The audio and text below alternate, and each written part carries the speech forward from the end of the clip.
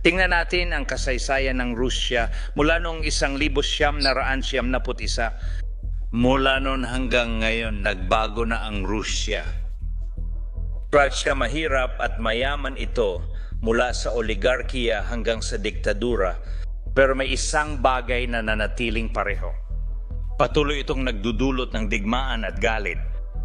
Mula Chechnya hanggang Balkans, mula Moldova hanggang Syria, mula mga bansa sa gitnang Afrika hanggang Ukraine, pinipili ng Rusya ang tunggalian kaysa kapayapaan. Tinawag ni Zelensky na pinakamalaking panlilinlang si Putin. Matagal nang sinasabi ng Kremlin na layunin ng pananakop na ito ay pigilan ang paglawak ng NATO. Sinabi nilang kailangan nilang umatake para protektahan ang Russia mula sa kanluran. Ngayon, inilatag lang ni Zelensky ang alok na yon. Sabi niya, sige, hindi sasali ang Ukraine sa NATO. Kaya kung tungkol talaga sa NATO ang digmaan na ito, dapat tumigil na ang labanan ngayon. Pero hindi ito tumitigil. Tinanggihan agad ng Russia ang kasunduan sa kapayapaan kahit hindi pa nila nakikita ang dokumento. Bakit? Unti-unti nang nabubunyag ang tunay na mukha ng Russia. Pinapatunayang hindi talaga tungkol sa NATO o sa pagprotekta sa mga nagsasalita ng Russian ang digmaan. Tungkol ito sa pagtanggal ng isang bansa sa mapa. Ngayon, napagtatanto na ng mga taga-suporta ng Russia na hindi kasunduan, kundi ang makuha ang lahat ang gusto ni Putin. Alamin natin kung paano ibinunyag ng Ukraine ang tunay na layunin ng Russia. Sinabi ito ni Pangulong Zelensky kamakailan tungkol sa NATO. Mula pa sa simula, ang kondisyon ng Ukraine, o mas tama siguro, ang kagustuhan ng Ukraine ay sumali sa NATO. Ito ang totoong garantiya ng seguridad, ngunit ilang kasosyo mula Estados Unidos ng Amerika at Europa ay hindi sumuporta rito. At iyan ang dahilan kung bakit ngayon ay mayroong bilateral na garantiya ng seguridad sa pagitan ng Ukraine at ng Estados Unidos ng Amerika. Particular, mga garantiya na parang Artikulo 5 mula sa Estados Unidos ng Amerika para sa United States, at mga garantiya ng seguridad mula sa mga kasamahang Europeo para sa amin, pati na rin mula sa ibang mga bansa gaya ng Canada, Japan, at iba pa. Ang mga garantiya ng seguridad na ito para sa amin ay isang pagkakataon upang maiwasan ang panibagong aggression ng Russia, at ito ay isang kompromiso sa aming panig. Ngayon, tatalakayin natin ang tugon ng Russia tungkol dito sa ilang sandali. Pero ang komentong ito ay ginawa sa isang pagpupulong ng negosasyon na nagaganap sa pagitan ng Ukraine, Estados Unidos, at Alemanya. Ito ay isang malaking pagpupulong na naganap sa Berlin at tumagal ito ng ilang araw. Ayon sa maraming leader ng Europa na sumusubaybay sa mga nangyayari sa likod ng saradong pinto, naniniwala silang ito na ang pinakamagandang pagkakataon para makamit ang kapayapaan. Narito si Pangulong Alexander Stubb ng Finland na nagpapaliwanag kung bakit mataas ang pag-asa ngayon at kung bakit kakaiba ang negosasyong ito kumpara sa mga nauna. Sa panahon ngayon, medyo iba na at kailangan nating tanggapin ang realidad na yon. At sa tingin ko, maraming tao ang masyadong nadadala at naiinis sa mga sinasabi ng Pangulo o ng ibang tao. Sinusubukan ko lang magtrabaho ayon sa realidad at palakasin ang alyansa ng Europa at Estados Unidos. Kaya, ang planong pangkapayapaan na nabuo mula sa pulong na ito ay inaasahang ipapadala sa Rusya sa lalong madaling panahon. Baka pag pinapanood nyo ito, nasa Rusya na siya. Sa kasamaang palad, wala tayong planong pangkapayapaan, kaya hindi natin alam ang lahat ng detalye.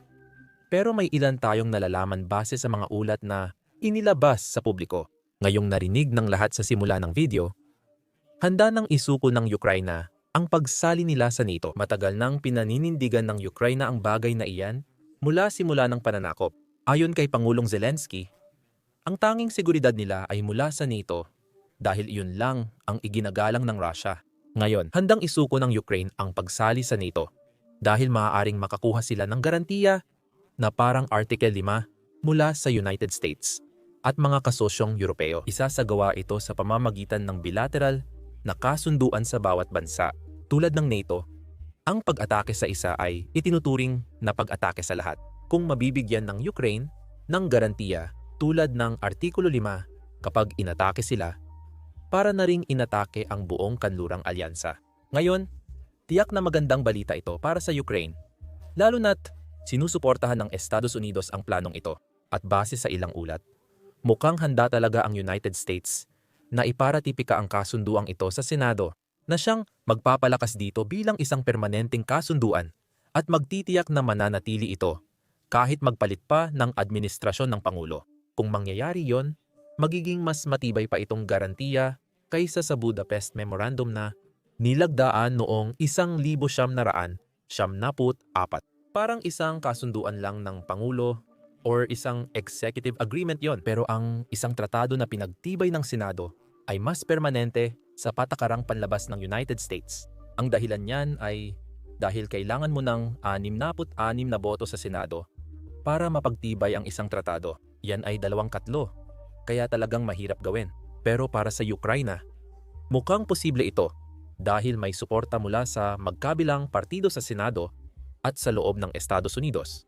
Sa aking palagay, ito ay aking opinion lang. Ang dahilan kung bakit handang mag-alok ng ganito ang Estados Unidos ay dahil sa tingin ko may mga tao sa administrasyon na tunay na naniniwala rito. Hindi lang Donbas ang target ni Putin, kundi buong Ukraine. Binanggit ko ito dahil kamakailan lumabas ang isang revelatory na artikulo sa Vanity Fair kasama si Susie Walls, Chief of Staff ni Pangulong Trump. Ayon sa artikulo, maraming eksperto sa administrasyon ang naniniwala na makontento na si Putin sa Donbas. Pero hindi ito pinaniniwalaan ni Pangulong Trump. Ayon kay Pangulong Trump, ayaw ni Putin ng kapayapaan at nais niya ang buong Ukraine. Dagdag pa rito, may pahayag si kalihim ng Estado Marco Rubio sa parehong panayam. Sabi niya, maraming alok na ang inilatag sa harap ni Putin na nagbibigay sa kanya ng lahat ng kontrolado niya ngayon sa Ukraine. Higit pa sa 20% ng Ukraine, pero patuloy niyang tinatanggihan ang mga alok ng kapayapaan na ito. Kaya mapapaisip ka kung gusto nga bang makuha ni Putin ang buong bansa. Maganda na may ilan sa administrasyon na naniniwala rito kahit di nila masabi ng hayagan. Alam na ng lahat ng sumusubaybay sa digmaang ito yan. Ipinapakita ng kilos ni Putin na hindi lang siya kapayapaan o silangang Ukraine ang gusto, kundi ang buong Ukraine. Kaya nga, sa mga unang araw ng pananakop, ang mga tangke ng Russia ay papunta sa Kiev. Kung hindi dahil sa hukbong sandatahan ng Ukraine, nakuha na sana ni Putin ang Ukraine. Ang pagdating ng mga tangke sa kabisera ay nagpapakita ng unang layunin at matinding nabigo ang Russia doon. At bukod pa sa lahat ng ito, matagal nang tinutukoy ng mga leader ng Europa ang bagay na ito. Alam nila ang banta ng Russia sa seguridad ng Europa. Kamakailan, nagsalita ang mataas na kinatawan ng Europa sa ugnayang panlabas tungkol dito. Pakinggan natin. Sige. Ang kailangan nating tandaan ay na ang dahilan kung bakit gusto ng mga bansa na mapasama sa NATO ay dahil ayaw nilang sakupin o atakihin sila ng Russia. At kaya nga, alam mo, sumali ang Sweden at Finland sa NATO, kaya rin sumali ang mga Baltic states sa NATO para magkaroon talaga sila ng depensang payong. Ngayon, kung hindi ito ang pinag-uusapan or wala ito sa usapan, kailangan nating makita kung ano ang mga konkretong garantiya sa seguridad. Hindi sila pwedeng, alam mo, mga papel lang or mga pangako lang. Dapat totoong mga tropa, totoong kakayahan para magawang ipagtanggol ng Ukraine ang sarili nito. Mahalagang maunawaan na ang Donbas ay hindi ang huling pakay ni Putin. Kapag nakuha nila ang Donbas, babagsak na ang kuta. At pagkatapos, siguradong susunod nilang kukunin ang buong Ukraine. At alam mo, kapag bumagsak ang Ukraine, nanganganib na rin ang ibang mga rehiyon. Alam natin ito mula sa kasaysayan, kaya dapat tayong matuto ngayon. Tulad ng nabanggit, malaki ang pressure sa Ukraine na isuko ang Donbas, lalo na yung 20.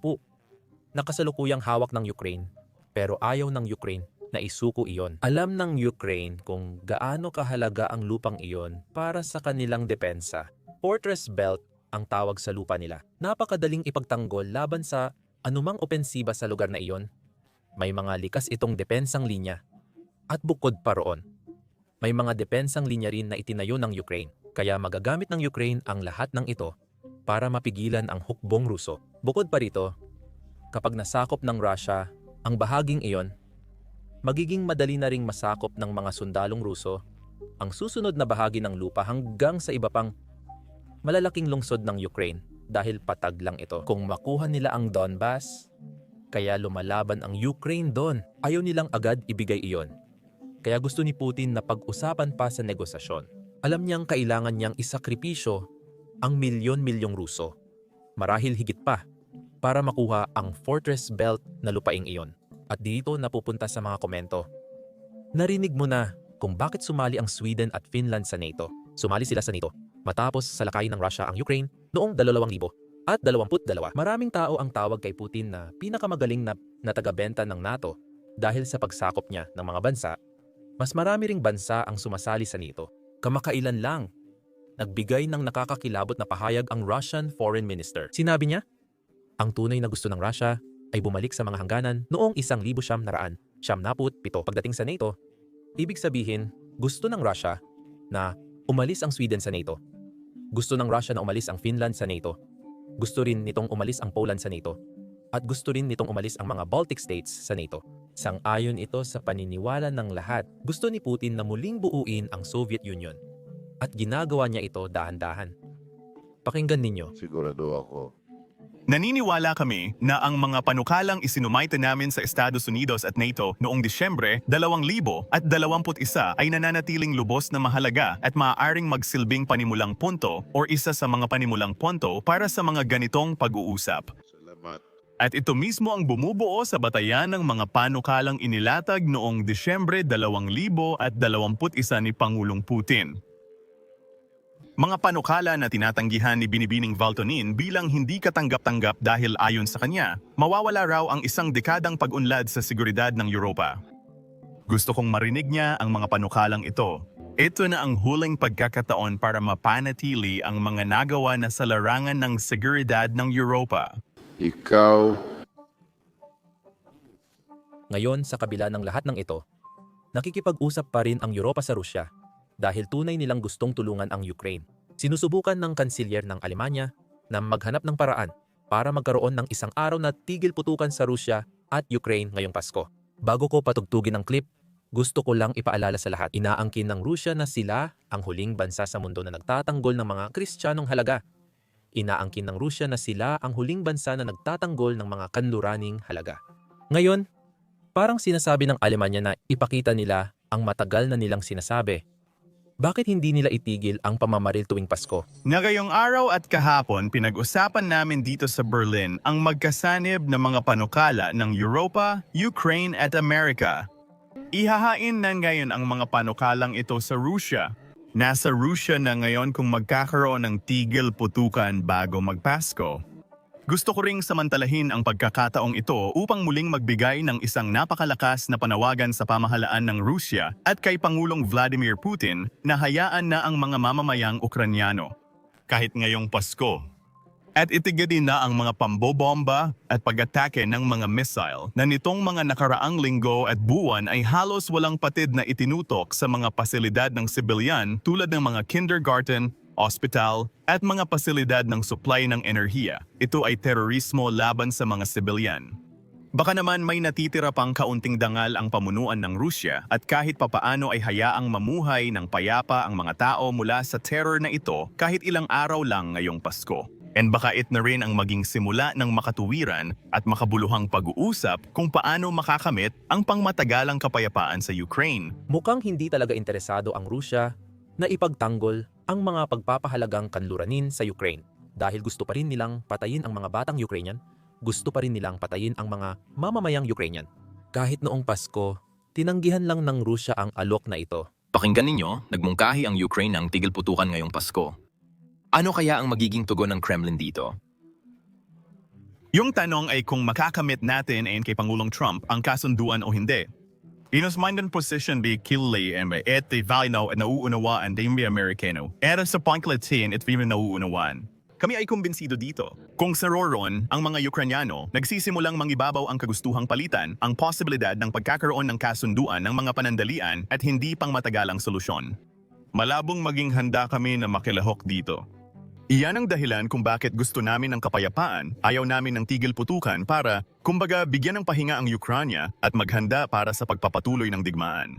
Nais naming tapusin ang digmaang ito, makamit ang aming layunin, protektahan ang aming interes at tiyakin ang kapayapaan sa Europa sa hinaharap. Dagdag pa, gaya ng nabanggit ko, tinanggihan ng Rusya ang alok ng Ukranya na hindi sumali sa NATO kapalit ng kapayapaan sa Ukranya. At ang buong dahilan na ibinibigay ng Rusya sa pagtanggi sa planong kapayapaan ay, heto, Kung masaya ang Ukranya sa planong kapayapaan, kung masaya ang Europa sa planong kapayapaan, malamang hindi magiging masaya ang Rusya dito. Mas gusto nilang lumaban kaysa pag-aralan ang planong kapayapaan na gusto ng mga Europeo. Pakinggan ninyo. Ito mismo ay mula sa mataas na aid ni Putin. Ang taong ito ay naging bahagi ng bawat negosasyon na matagumpay na ginawa ng Rusya. Saya po sa bayis pong maing kapakipakinabang ang ambag ng mga Ukrainian at Europeo sa mga dokumentong ito. Yan ang problema. Wala ka pang nakikitang mga dokumentong ito, tama ba? Hindi pa namin ito nakikita pero kung may mga kaugnay na pagbabago, magkakaroon kami ng matinding pagtutol dahil malinaw naming inilatag ang aming posisyon na mukhang naiintindihan naman ng mga Amerikano. Matinding pagtutol tungkol sa aling mga punto? Saan ng Pont by Ogalo provision na pa hindi talaga katanggap-tanggap para sa amin, lalo na tungkol sa teritoryo. Tungkol ba ito sa kasalukuyang pinag-uusapan, ang posibleng demilitarized zone sa Donetsk Republic? Hindi lang iyon, kundi pati na rin ang usapin sa teritoryo sa pangkalahatan. Aktibong tinalakay ito dito sa Moscow at ang mga Amerikano ay hindi lang alam, kundi naiintindihan din ang aming posisyon. Hindi ko alam kung ano ang maisusulat sa papel matapos ang mga consultation pero mukhang malabo ang magandang kalalabasan. Sa kabuuan, ang Korean option ba ay option natin sa paghahati kasama ang Ukraine o hindi? Hindi namin napag-usapan yan. Ang tinalakay namin ay iba't ibang opsyon para sa pangmatagalang kasunduan at alam ng mga Amerikano ang aming paraan. Pero ang literal na pagkopya sa Korean model ay hindi kailanman napag-usapan. Sa pagkakaalam ko, kahit minsan. Hindi ko pa nga narinig yon. Hindi ko pa ito narinig, hindi ko pa ito nararanasan noon. Isa sa mga problema sa paggawa ng ganitong video ay ang pagpapakita ng maraming drone strike kahit walang nasasaktan na tao o sundalong Ruso. Madalas dinidemonetize o nililimitahan ng YouTube ang aming mga video. Nitong nakaraang linggo, 4 na video tungkol sa digmaan ang na-demonetize. Ang pagpapakita ng mga drone strike o kahit footage mula sa frontlines ay hindi kaaya-aya para sa mga advertiser, kaya nililimitahan ang mga video. Pero ito ang realidad ng makabagong digmaan. At ito ang digmaang nilalabanan at sinusubukang malampasan ng mga Ukrainyano. Kaya naniniwala kami na mahalagang maipakita ang lahat ng ito. At iyan ang dahilan kung bakit inilunsad namin ang sarili naming plataforma, Basics Insider. Ginawa namin ito mula umpisa. Kaya walang limitasyon. Hindi namin kailangang i-blur ang aming drone strike, hindi namin kailangang i-blur ang mga footage sa frontline, at hindi rin namin kailangang i-blur ang mga bus ng himpapawid ng Russia na nasisira.